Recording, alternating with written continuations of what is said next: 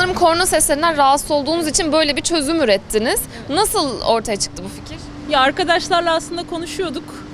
Çünkü çok fazla ses var, çok fazla gürültü var ve artık birbirimizin konuşmalarını anlayamıyoruz. Apartmandaki insanlar da, sakinler de rahatsız oluyorlar. Böyle bir afiş yapmaya karar verdik. Dediğim gibi daha farklı bir şey düşündük aslında ama sonra daha uygun bir söz bularak bu şekilde yapmaya karar verdik. Cuma günü sipariş verdi arkadaşım. Cumartesi günü de beraber taktık. Trafiğin çok yoğun olduğu bir bölge. Çok fazla mı kornaya basılıyor? Aynen. Pazartesi ve cumaları, bir de cumartesileri burada çok fazla kornaya basılıyor. Yani ambulanslar da geçiyor. Mesela cumartesi günü buradan bir ambulans geçti. Bütün trafik felçti. Aşağı yol tıkanıyor ışıklarda. Tıkandığı zaman buradan trafik ilerlemiyor ama insanlar bunu düşünemediği için sürekli dat dat kornaya basıyorlar. Bu da bizi tamamıyla rahatsız ediyor.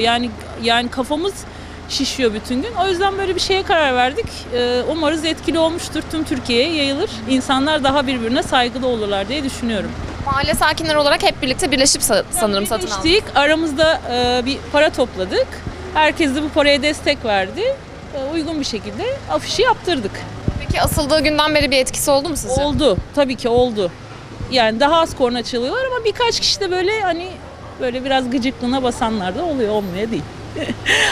Şu arkada gördüğünüz levhanın yanındaki evde oturuyorum. 94 yılından beri buradayım. Hatay'dan aşağıya inen, Güzelyalı'ya inen direkt bir yol olması sebebiyle hayli yoğun bir trafik var.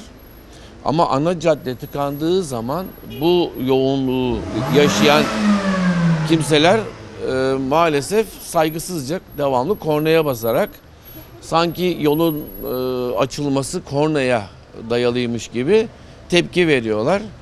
Şimdi biraz önce gördüğünüz korna çalmadı ama gazı sonuna kadar basarak başka bir şekilde tepki verdi.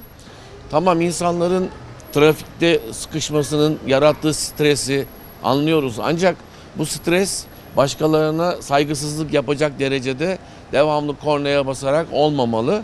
Evet, bir trafik sorunu yaşanabilir. Ancak o yaşanan sorun burada yaşayan halkı, sakinleri rahatsız etmeden geçiştirilmesi gerekir. Bu nedenle biz sakinler olarak bir para topladık. Böyle bir levha asma gereğini duyduk. Asıldığından beri tamamen olmasa bile çok etkili şekilde azalma olduğunu gördük. Demek ki böyle bir ikaz gerekiyormuş. İşte mahallenin sakinlerindeniz.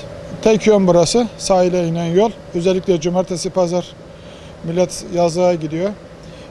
Hastalarımız var, yaşlılarımız var, çocuklar var.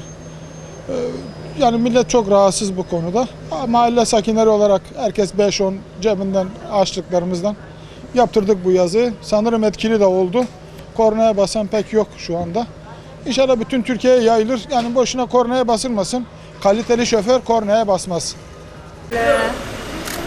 Süper. Ona doğru bakın. Bozmayın siz.